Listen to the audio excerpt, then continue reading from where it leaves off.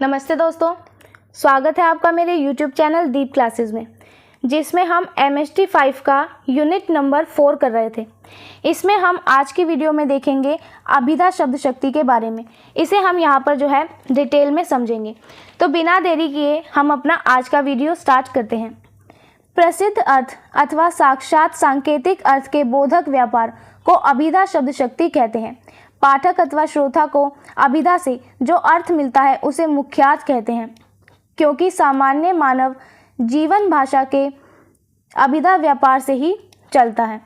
तो यहाँ पर हमें बताया गया कि जब हम कोई शब्द सुनते हैं या फिर पढ़ते हैं और उसका सीधा साधा जो सबसे प्रसिद्ध अर्थ हमारे दिमाग में तुरंत आ जाता है, उसे ही जो है अभिधा शब्द शक्ति कहा जाता है।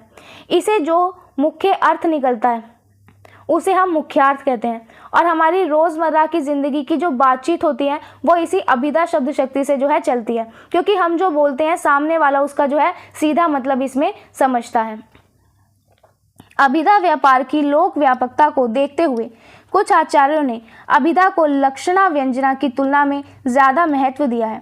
अभिधा उत्तम काव्य है, मध्य लक्षणाशीन, अधम व्यंजना रस कुटिल, उल्टी कहत प्रवीण जैसे कथन इसी चिंतन परंपरा की ओर जो है ध्यान आकृष्ट करते हैं।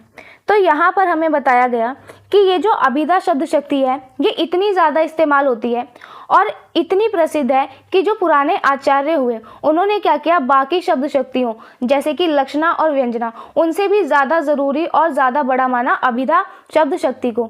इनके लिए एक बहुत ही प्रसिद्ध दोहा भी यहाँ पर दिया गया है अभिधा के लिए। ये दोहा है, अभिधा जो है वो उत्तम काव्य है और मध्य लक्षणा लीन, फिर अधम व्यंजना रस कुटिल, उल्टी कहत प्रवीण। तो इसका मतलब यही हुआ कि अभिधा को जो है वो सबसे उत्तम यानी कि सबसे श्रेष्ठ माना गया है, क्योंकि ये जो है बातों को साफ साफ सामने रखती है। हम इस कथन से पूरी तरह सहमत ना भी हो तो भी यह तो स्पष्ट है कि इसमें अर्थ की स्पष्टता, निश्चितता और भाषा की स्वच्छता का गुण है। पश्चिम में भी क्लैरिटी, पर्सपिक्यूटी को गद्य और पद्य दोनों में जो है महत्व दिया गया है, कारण मुख्यार्थ के बिना लक्षणा व्यंजना का कार्य हो ही नहीं सकता है। अभिधा में लक्षणा व्यंजना से ज़्यादा लोक विस्तार है। तो यहाँ बताया गया कि ये जो अभिधा को सबसे महत्वपूर्ण माना गया है, भले ही हम इस बात से जो है पूरी तरह सहमत ना हो कि बाकी शक्तियाँ जो है बेकार हैं, लेकिन एक बात जो है वो बिल्कुल सच है कि अभिधा में जो है अर्थ बिल्कुल साफ साफ दिखाई देता है और बहुत पक्का होता है, और ये भाषा जो है एकदम शुद्ध होती है अभिधा में। और यहाँ तक कि अगर हम पश्चिमी देशों के विद्वान को देखें तो उन्होंने भी जो है गद्य और पद्य दोनों में ही क्लैरिटी यानी कि साफ सुथरी बातों को जो है महत्व दिया है। इसका सबसे बड़ा कारण ये है कि जब तक हमें जो है किसी शब्द का सीधा और मुख्य अर्थ पता नहीं होगा तब तक हम लक्षणा या फिर व्यंजना शब्द शक्ति का जो है इस्तेमाल ही नहीं कर सकते। इसीलिए अभिधा का जो फैलाव है वो समाज में हमें सबसे ज़्यादा देखने को मिलता है। वाचक शब्द उन शब्दों को कहते हैं जो मुख्यार्थ अथवा साक्षात सांकेतिक अर्थ का बोध कराते हैं। वाचक को सांकेतिक शब्द भी कहते हैं।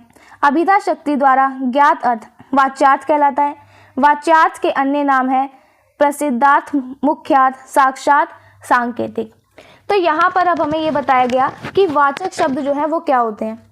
तो इसमें देखें, जो शब्द हमें सीधा और मुख्य अर्थ बताते हैं उन्हें जो है हम वाचक शब्द कहते हैं। वाचक शब्द को ही सांकेतिक शब्द भी जो है कहा जाता है, और इस अभिधा शक्ति से हमें जो अर्थ समझ में आता है उसे हम वाच्यार्थ कहते हैं। इसी वाच्यार्थ को जो है अलग अलग नामों से जाना जाता है, जैसे कि प्रसिद्धार्थ, मुख्यार्थ या फिर साक्षात सांकेतिक अर्थ। साक्षात सांकेतिक अर्थ शब्द के गुण, जाति, द्रव्य तथा क्रिया से जो है निर्धारित होते हैं। अभिधा शक्ति के द्वारा 3 प्रकार के शब्दों का बोध हो जाता है, रूढ़, यौगिक और योग रूढ़।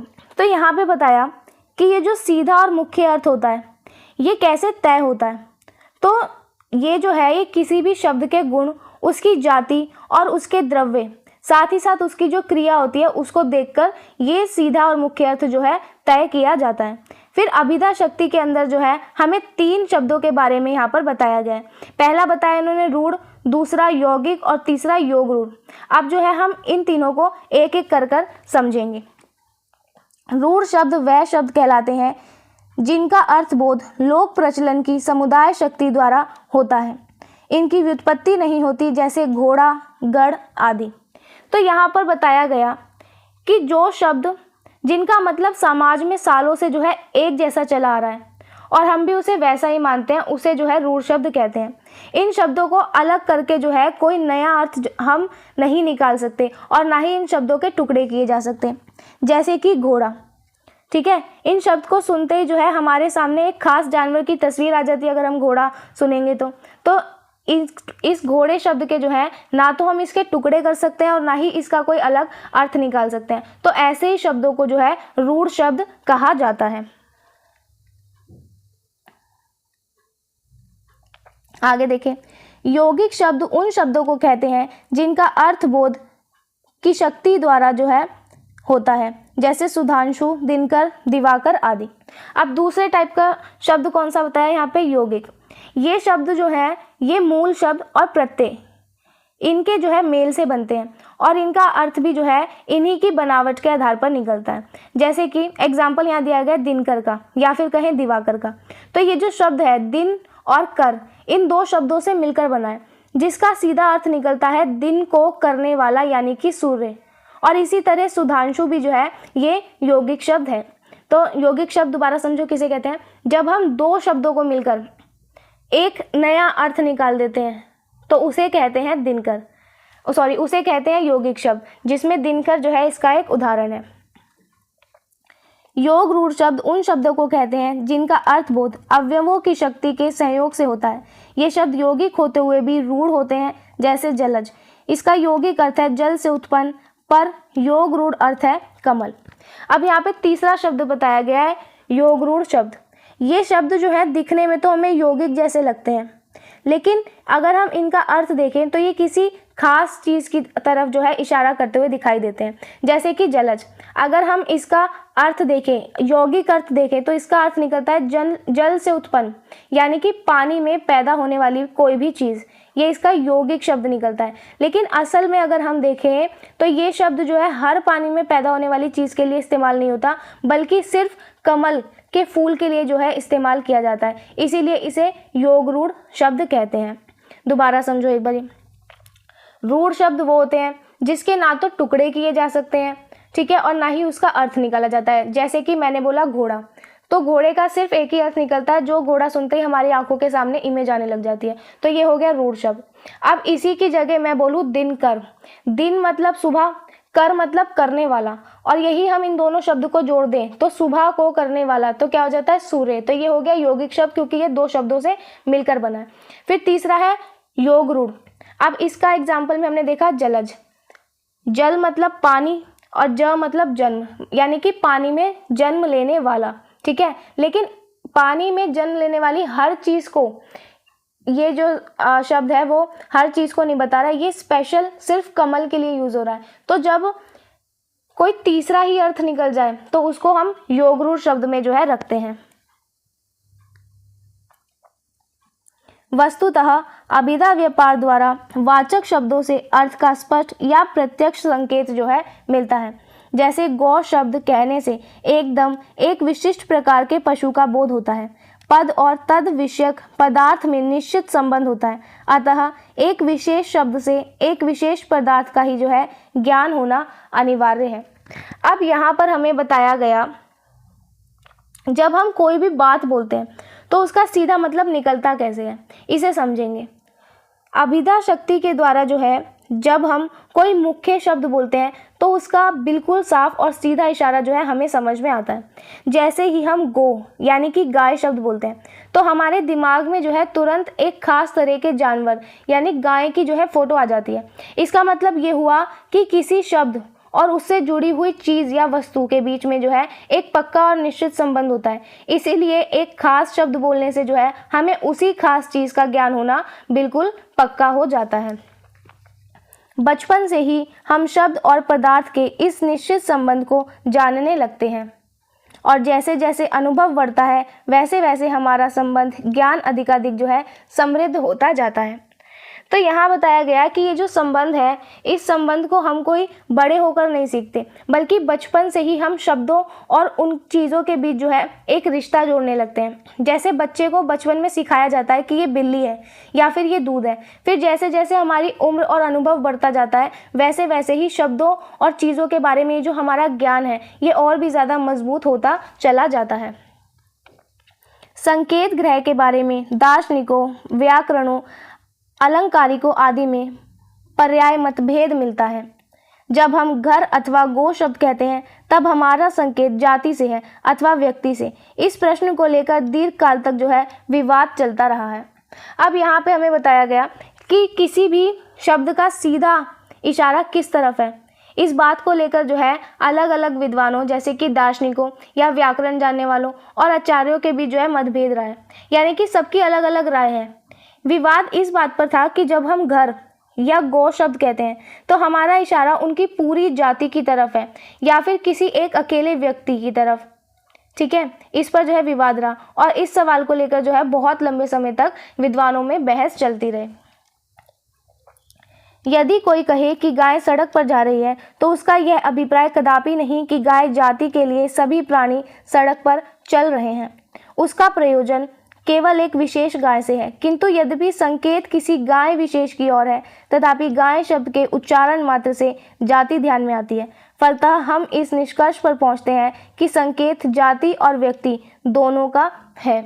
अब यहाँ पर बताया गया, अगर कोई आपसे ये कहे कि गाय जो है वो सड़क पर जा रही है तो इसका मतलब ये बिल्कुल भी नहीं है कि दुनिया की सारी गाय सड़क पर चल रही है। वहाँ बोलने वाले का मतलब केवल किसी एक खास गाय से होता है जो वहाँ पर उसे या उस व्यक्ति को दिख रही है। लेकिन भले ही उसका इशारा जो है किसी एक खास गाय की तरफ हो, फिर भी गाय शब्द सुनते ही जो है हमारे दिमाग में सबसे पहले पूरी गाय जाति की पहचान और उसकी बनावट आती है। इसीलिए आखिर में विद्वान जो है इस नतीजे पर पहुंचे कि शब्द का जो इशारा है वो जाति और व्यक्ति इन दोनों की तरफ होता है।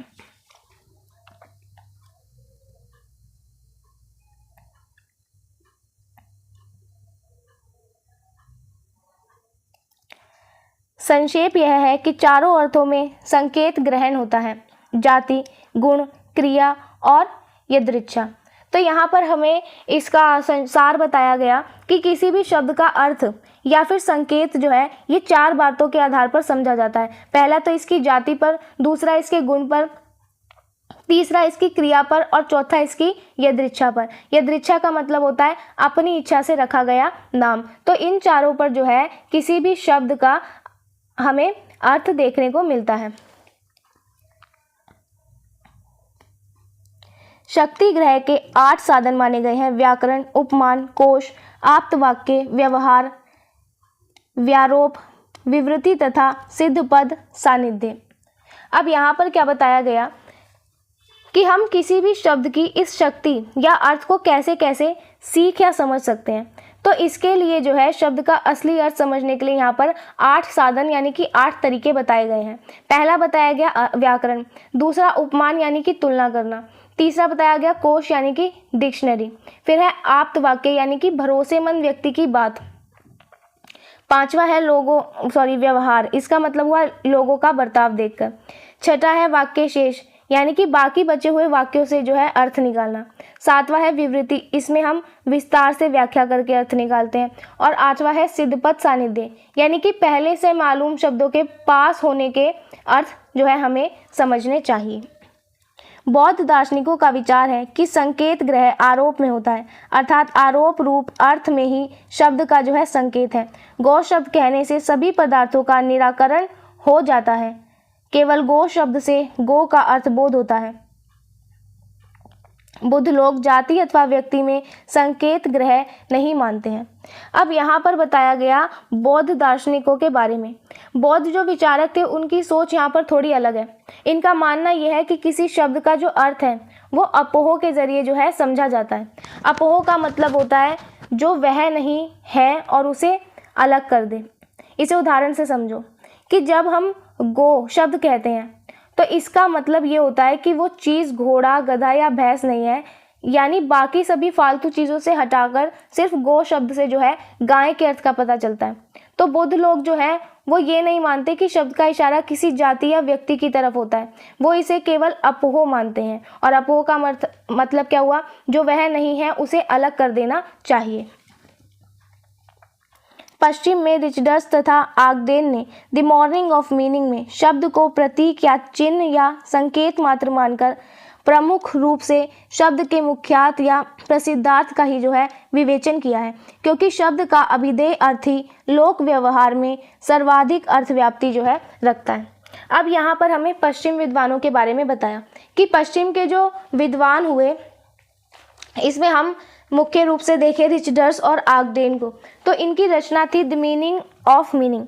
इसमें लिखा है कि शब्द और कुछ नहीं है बल्कि सिर्फ एक प्रतीक है या फिर एक निशान है और सिर्फ एक इशारा है। उन्होंने क्या किया, मुख्य रूप से शब्द के मुख्यार्थ यानी कि उसके सबसे प्रसिद्ध और सीधे अर्थ की ही यहाँ पर चर्चा की है। ऐसा इसलिए है क्योंकि किसी भी शब्द का जो सीधा और मुख्य अर्थ होता है वही हमारे समाज और रोज़मर्रा को काम काज का सबसे ज़्यादा इस्तेमाल करवाता है और सबसे ज़्यादा फैला हुआ अर्थ होता है। तो यहाँ पर यही बताया गया पश्चिमी विद्वानों के बारे में। तो इस तरह जो है हमारा ये टॉपिक यहाँ पर कंप्लीट हुआ। नेक्स्ट वीडियो में हम देखेंगे इसके नेक्स्ट टॉपिक को, जिसमें हम लक्षणा शब्द शक्ति के बारे में जानेंगे। तब तक के लिए वीडियो पसंद आया हो तो वीडियो को लाइक एंड शेयर ज़रूर करें, चैनल को सब्सक्राइब करना ना भूलें। Thank you.